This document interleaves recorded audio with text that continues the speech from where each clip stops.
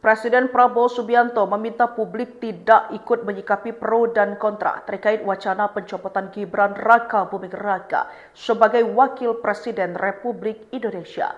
Penasihat khusus Presiden Bidang Politik dan Keamanan Wiranto saat menyampaikan pesan Presiden Prabowo dalam konferensi pers Kamis 24 April 2025. Alasannya hal itu hanya akan menimbulkan kegaduhan yang akan mengganggu kebersamaan. Sehingga dengan demikian saatnya nanti akan ada penjelasan-penjelasan resmi yang bisa mendinginkan suasana. Pada saat khusus Presiden Bidang Politik dan Keamanan Wiranto saat menyampaikan pesan Presiden Prabowo dalam konferensi pers Kamis 24 April 2025. Meski begitu, Wiranto menyebut Presiden Prabowo sebagai kepala negara, kepala pemerintahan, serta panglima tertinggi TNI tidak bisa serta-merta menjawab itu. Wiranto mengungkapkan sebuah kebijakan keputusan atau arahan presiden tidak semata-mata muncul dari satu sumber saja.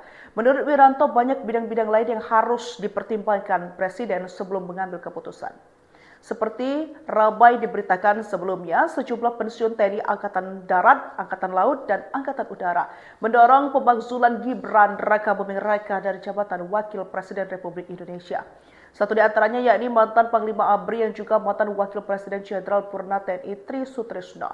Adapun jumlah pensiunan yang mendukung pencopotan Gibran dan sudah membubuhkan tanda tangan yakni 103 Purnawirawan Jenderal, 73 Laksmana, 65 Marsikal, dan 91 Kolonel.